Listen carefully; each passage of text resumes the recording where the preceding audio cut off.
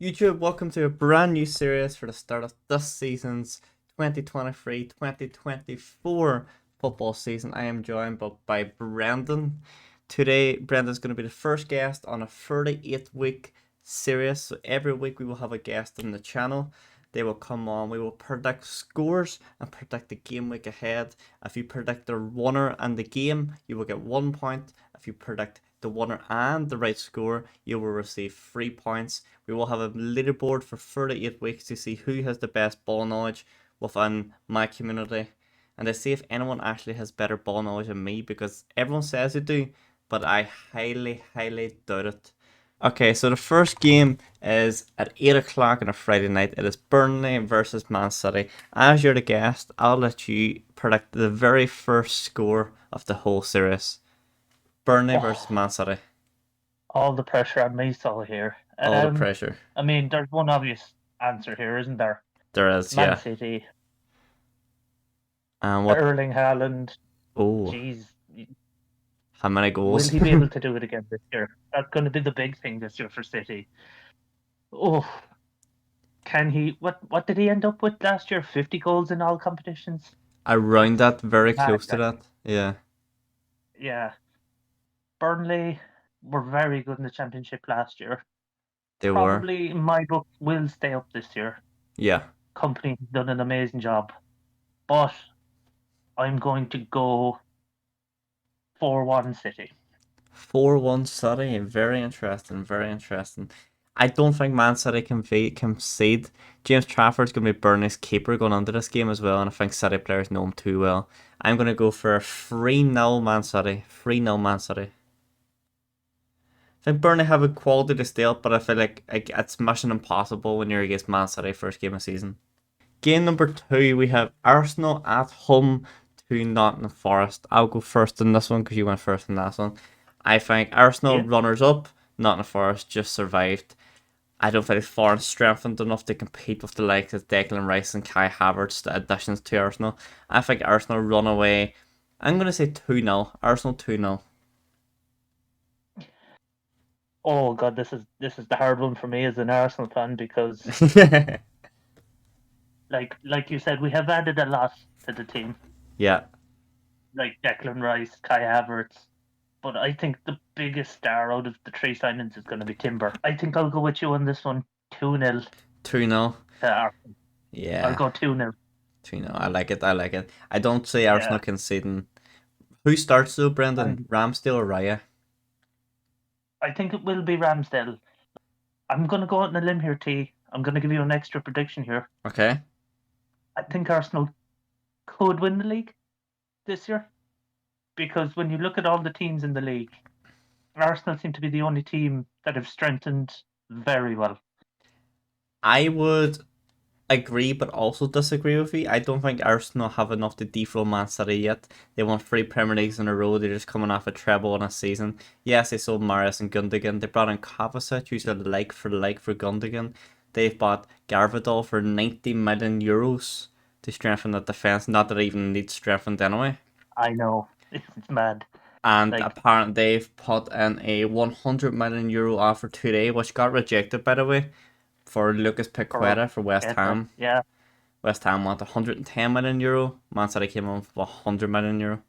So I feel Well, Paqueta, as to a be honest with supporter of a team who bought from West Ham, just give them what they want and get it over with. you. Yeah, I know. Talking about West Ham, we're going to move on to the third game of the season, and it's going to be the first 3 o'clock kickoff. Well, first alphabetically order. It's Bournemouth versus West Ham. You can kick this one off. Oh, West Ham, like like we've discussed already, they've sold Rice, Yeah, who was their talisman, their captain. yeah. Like, are West Ham going to be able to stay up? That's probably my big question this year. I'm going to go West Ham 2-1. West Ham 2-1. Okay, okay. Now I'm gonna go vice versa. I think Bournemouth, even though they did stay up, I think Bournemouth strengthened their squad. New manager in Iraola coming in from I think it was Getafe in Spain where he done always performed above and beyond from where his prediction was. Bournemouth bringing in people like Justin Clever, but I think Bournemouth won this one.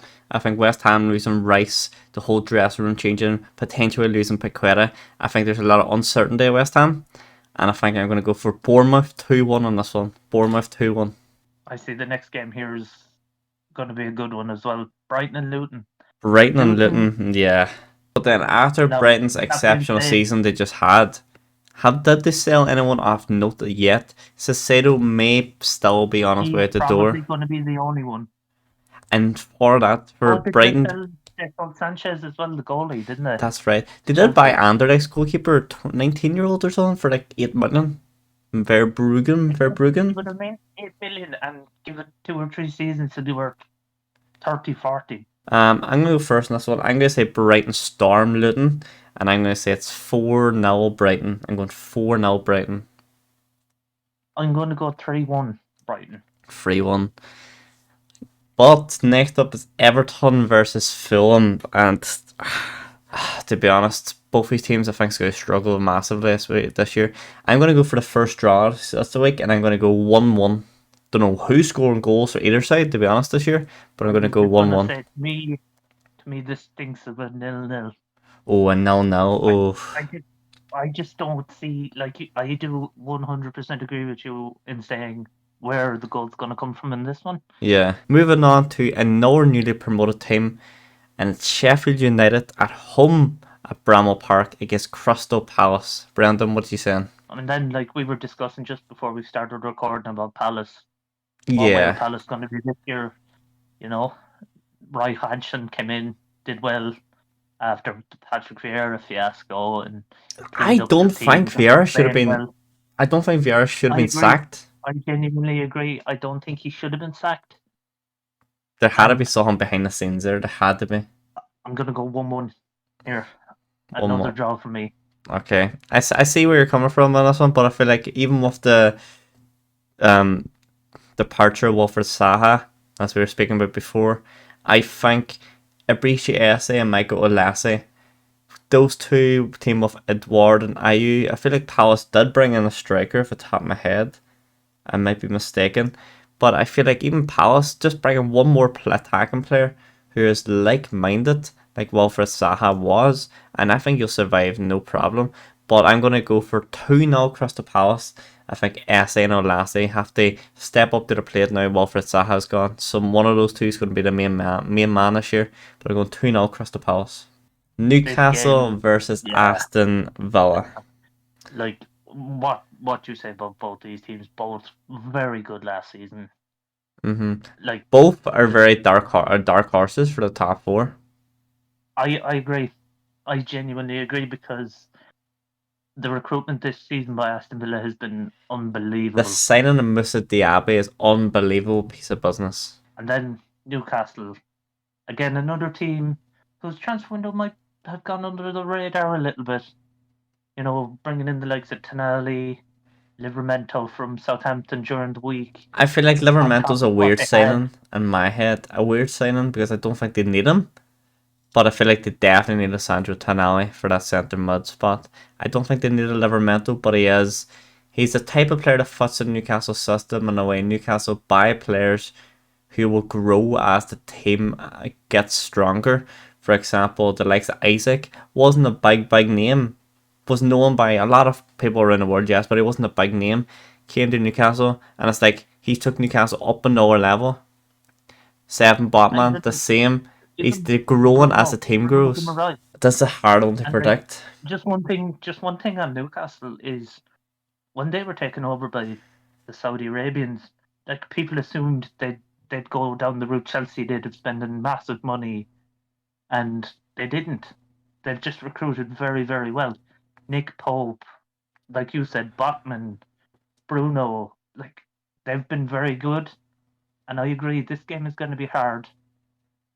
I'm going to go 1-0 Newcastle.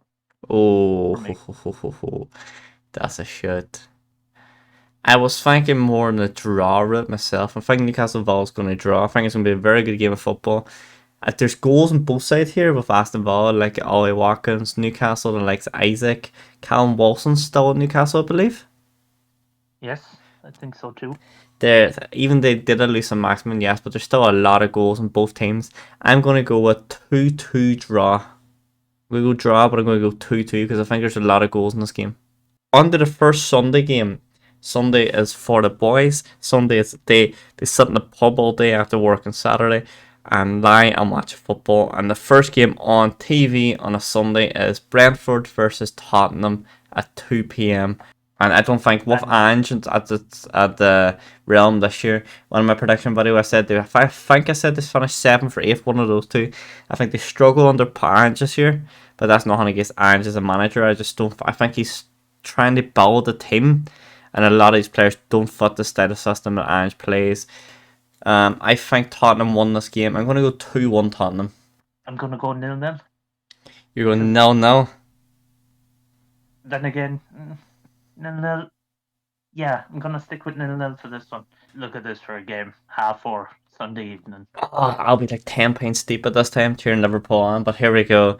I don't even want to talk about a transfer window. I want to have a full strength team game week 1.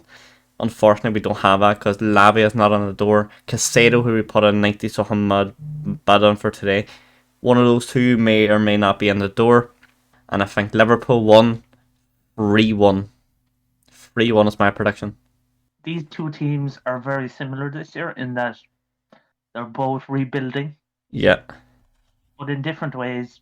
Poch is trying to bring in all this young talent to Chelsea, using what was left over from before him. Liverpool are trying to.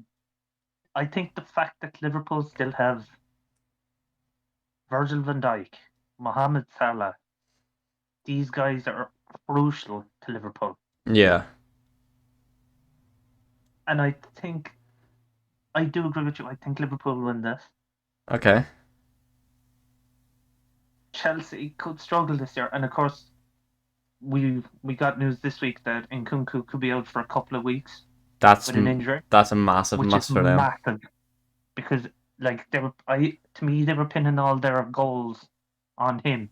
Yeah. And now he's gone, so they're going to struggle to get goals, which is what hurt them a lot last year. Very true. Very true. They no out and out striker. 2-0 Liverpool. You know, Monday Night Football is back, and we will have Gary Neville in the studio commenting and giving his analysis on Man United versus Wolves. Wolves just sacked the manager a couple of days ago. Right away here, Wolves.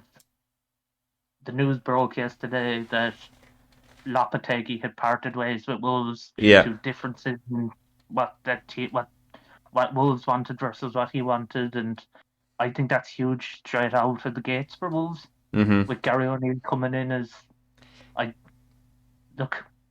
how long will Gary O'Neill last at Wolves? At Bournemouth, he was really good though. Lucky to be in the Premier League. At Bournemouth, he was really good. I want to say another good window for Man United. They know what they want. They go after. They pay especially they pay what they want. Mason Mount, brilliant addition. English homegrown as well helps with that. Højlund, I'm not 100% sold on at the minute as a neutral. I talked about this in the previous. It was massive for a player that only scored 9 goals last season. Scored 9 goals last season, but scored 19 or 18 goals in his whole professional career in 3 or 4 years as a striker. That's worrying. Yes, he's got so much potential. I think he's got more goals for the national team than he did the national team last year than he had at club level. What that's about, I don't know. But I feel like I don't think he has the ground running, and that's why Bruno and Rashford and all have to keep their foot on the pedal until he has the ground running. And if Højlund has the ground running, then... The one thing I will say with Man United, though, Tiernan, they have very good young talent. And if I think United run through Wolves, maybe I'm thinking, I don't think United can concede. I'm thinking 3-0, you know? 3-0, I'm thinking. Man United. Yeah, I would agree. I think United do steamroll Wolves. And, like, when you're looking at all these fixtures, you know, you always look immediately to the first week who you have, whether you're home or away. And I think it just sets up nicely for United. And I'm going to go 4-1. 4-1. I was thinking about 4-0 in my head. I was like, nah, I think 4-0 might be too much of a stretch. But watch United put 4 past Wolves within the first half. And I'll eat my words. I'm like, oh, God damn it. And again, like they could. They very, very easily could as well. That's the thing. Yeah. Because Wolves have not got a great team. That is week 1 predictions done, guys. We spoke through every team in detail, give you our predictions. The audio to this will be on Spotify and Apple Podcasts as well. The video on YouTube. We will have a leaderboard as the season goes on as well to see who is the number 1 football expert within my community. Brendan, thank you very much for being the first guest on the series. No worries, T, and best of luck. Best 38 weeks. It's going to be 38 tough. weeks. It's going to be really tough, but I know one thing. This weekend, I'm coming out on top. But guys, if you did enjoy, make sure to smash a thumbs up on YouTube. If you're listening on Spotify, make sure, or Apple Podcasts, make sure to give us a 5-star review as well. And if you want Brendan back, make sure to let me know as well, guys. It's been your boy T. Thank you very much for listening and for watching. And I'll see you on episode number 2. Peace out.